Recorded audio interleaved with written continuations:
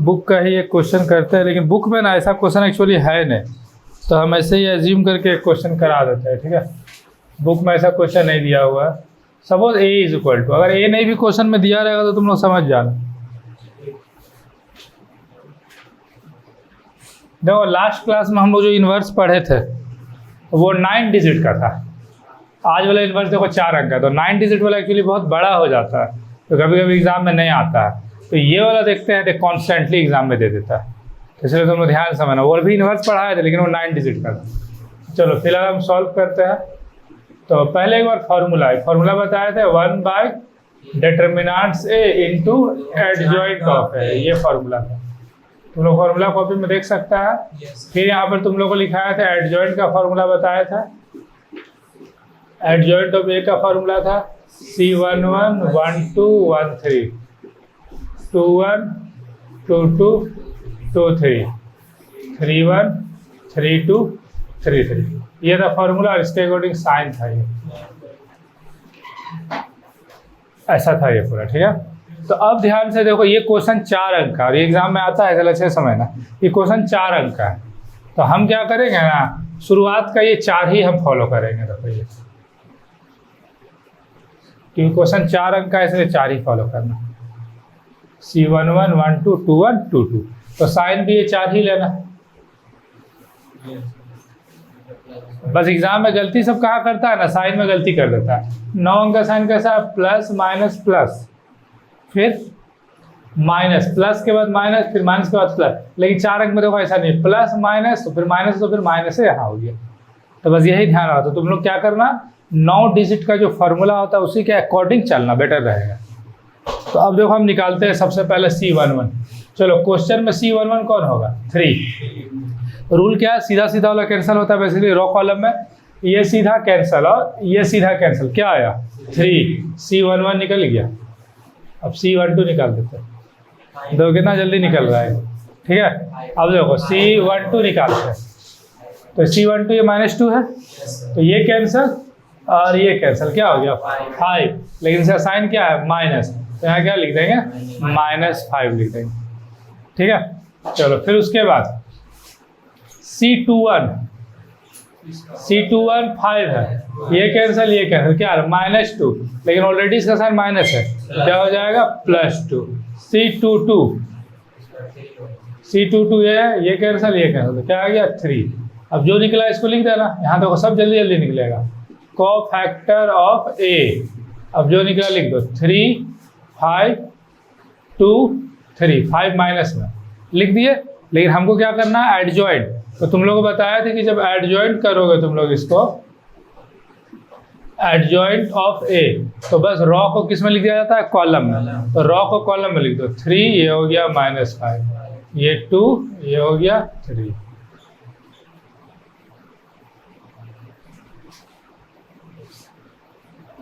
समझ में आया, हो गया। अब देखो अब क्या निकालना होता है, डिटर्मिनेंट से निकालना होता है, डिटर्मिनेंट्स ऑफ ए। ठीक है, तो डिटर्मिनेंट्स ऑफ ए निकालेंगे। तो तुम लोग को हम बताए थे डिटर्मिनेंट्स किससे निकाला जाता है, एक लाइन हम बोले थे, डिटर्मिनेंट किससे निकालेंगे, क्वेश्चन से। ये लाइन याद रखना, काहे कि एग्जाम में मैक्सिमम लोग गड़बड़ क्या करता है, ई देखो ई देखो ई देखो, सब सेम लगता है। ध्यान से देखो, तो सब इससे या इससे निकाल देता है और वही गलत हो जाएगा। डिटरमिनेंट किससे निकलेगा, क्वेश्चन से। ये लाइन याद रखना। चलो क्वेश्चन लिखते हैं 3 5 -2 3। 4 अंक में क्या होता है, क्रॉस मल्टीप्लाई, तो 9 - 10 होगा ये, तो माइनस माइनस प्लस, तो ये कितना आ गया, डिटरमिनेंट निकल गया 90। अब फॉर्मूला फिर से पुट कर दो, A इनवर्स 1 बाय डिटरमिनेंट से इंटू एडजॉइंट ऑफ ए। तो 1 बाय डिटर्मिनेंट्स आया 19 और एडजॉइंट आया मेरा 3 -5, ये वाला 2 3। तो सबसे क्या करते थे, डिवाइड ना। चलो डिवाइड करो, 3 divide by 19, 2 divide by 19, -5 divide by 19, 3 divide by 19। Answer कोई कटेगा नहीं। तो एग्जाम में ये वाला टॉपिक काफ़ी बार आ चुका है, एकदम छोटा सा मतलब यही आ जाता है 6 या 5 मार्क्स में।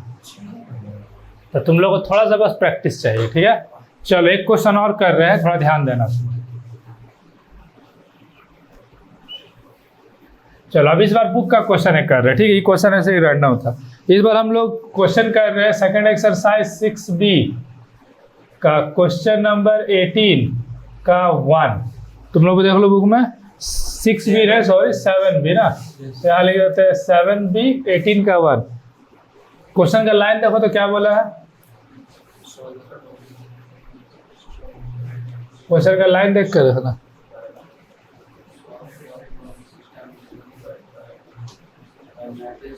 चलो ध्यान से सुनो ये वाला। देखो इसको इक्वेशन 1 मान लेंगे, इसको इक्वेशन 2 मान लेंगे। एपी में याद करो, फिर दोनों को घटाते थे, फिर किसी एक में वैल्यू पुट करते थे। लेकिन ऐसे नहीं बनाना, ऐसे बनाने से आ जाएगा, आंसर भी सही आ जाएगा। लेकिन एग्जाम में देखना तुम लोग क्या बोला है, यहाँ पर लाइन देखो क्या बोल रहा है, solve the following system of linear equation by matrix method. तब साफ बात है मैट्रिक्स मेथड से बनेगा तो मैट्रिक्स का साइन चाहिए। तो चलो हम बनाते हैं मैट्रिक्स मेथड से, तो ध्यान देना इसको। तो ये हो गया 3 5 -2 3xy को हटा दिए, तो हमको मैट्रिक्स मेथड से बनाना तो मैट्रिक्स का साइन लिख दिए। ठीक है, कैसे कैसे आया 3 5 2 3, और xy जैसे था उसको ऐसे कॉलम में लिख देना, xy इज इक्वल्स टू 7 1। अब तो लोग बोलेगा ऐसे xy को कहाँ लिखा है, मान लो अगर हम इसको गुना करेंगे रो इनटू कॉलम तो ये आना चाहिए ना। तो 3 को x से करो 3x, 2 को y से करो 2y, 5 को y से करो 5x, सॉरी 5 को पहले x से करेंगे ना, तो 5 को x से 5x, 3 को y से 3y। गुना होता था ना मैट्रिक्स में रो इनटू कॉलम, तो गुना करोगे तो आ जाएगा। चलो तो अब ध्यान से देखना आगे कैसे बनेगा। ये जो है 3 5 -2 3, ठीक है, ये जो पोर्शन है ध्यान देना, पहले क्या किए इक्वेशन से अलग अलग किए। अब ये जो पोर्शन है 3 5 -2 3, इसका पता है क्या निकालना पड़ेगा, इनवर्स। ठीक है, इसका ध्यान रखना, क्या निकालना है, इनवर्स निकालना है। अब बताओ तो इस 4 अंक का इनवर्स कैसे निकालेंगे, जैसे अभी बताया वैसे ही निकलेगा 4 अंक का। देखा जाए तो 4 अंक का इनवर्स तुम लोग पढ़ा अभी, यानी यहाँ तक तो बनाना पड़ेगा, इसके बाद एक्स्ट्रा काम होगा थोड़ा। तो देखा जाए तो ये हम सेम ही क्वेश्चन वहाँ लिए थे कि थोड़ा जल्दी इधर हो जाएगा, इसलिए हम पहले ही क्वेश्चन तो इधर बना चुके हैं। लेकिन ध्यान देना एग्जाम में अगर ऐसा केवल क्वेश्चन आया तो यहाँ तक बनाना, लेकिन ये क्वेश्चन इक्वेशन के साथ हो सकता है, तो हम एक्चुअली रैंडम क्वेश्चन नहीं लिए, इसी का यूज कर लिए। तो तुम लोग को एग्जाम में अगर ये आ गया तो भाई पूरा बनाना होगा, तो इसका इन्वर्स, तो तुम लोग क्या करना, इसको पूरा इधर से बना लेना, मतलब यहाँ तक बनाना। फिर से देखो कंफ्यूज मत होना, ये एक अलग क्वेश्चन था, वो हो गया आंसर, ये दूसरा क्वेश्चन है, लेकिन इसमें इन्वर्स का यूज है। तो हम क्या कर रहे हैं, इस क्वेश्चन का इन्वर्स ऑलरेडी निकाले थे, हम इसी को लिख दे रहे हैं, तुम लोग लेकिन ये पार्ट फिर से कर लेना। ठीक है, चलो देखो, तो हम इसका इन्वर्स निकाले हैं, तुम लोग यहाँ पर कर लेना, फिर से सेम पार्ट वाला कर लेना। A inverse is equal to 1 by determinant से इनटू एडजॉइंट ऑफ है, यहाँ तक देखना सेम उतारेंगे अभी, ये फिर से तुम लोग करना पड़ेगा।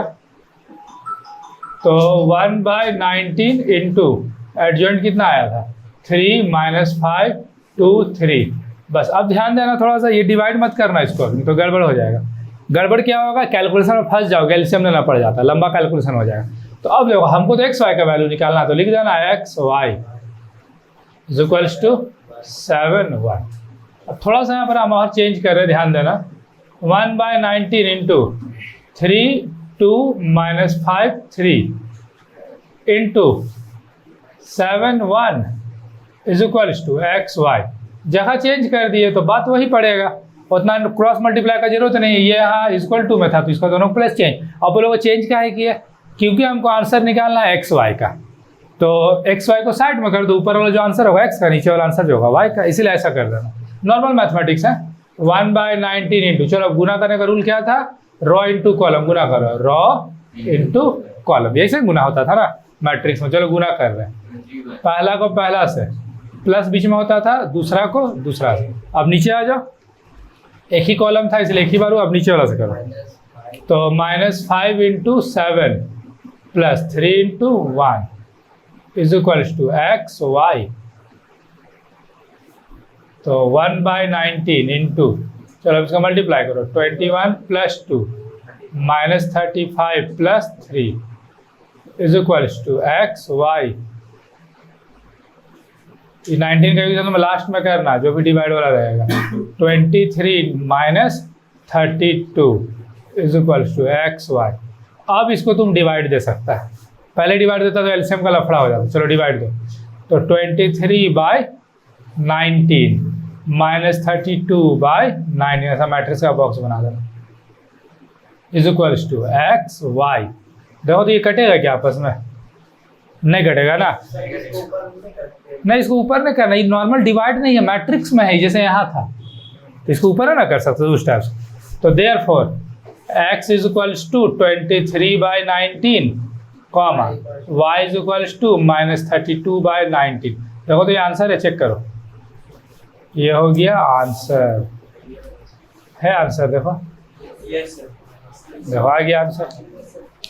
तो मतलब समझ में आया? फिर से ध्यान दो कि अगर इक्वेशन में आ गया क्वेश्चन, अब बोला मैट्रिक्स मेथड से, तो क्या करना, पहले अलग अलग करके ये जो पार्ट था ये पूरा का इन्वर्स निकालना, ठीक है, ये पूरा का क्या निकालना, इन्वर्स। तो इन्वर्स हम एक्चुअली निकाले ही थे, वही क्वेश्चन हम लिए थे, इसलिए हम यहाँ पर लिख दिए। अदरवाइज तुम लोग समझ में आ रहा है ना, ये पूरा इन्वर्स निकलेगा, यानी क्वेश्चन 2 पे जाएगा। तो अभी तुम लोग उतारे जब नोट करोगे तो ऐसा नहीं कि डायरेक्ट ये वाला लिख देना, फिर से ये वाला बनाना यहाँ तक, समझा, ये नहीं कि डायरेक्ट उतार देना, फिर से बना के उतारना।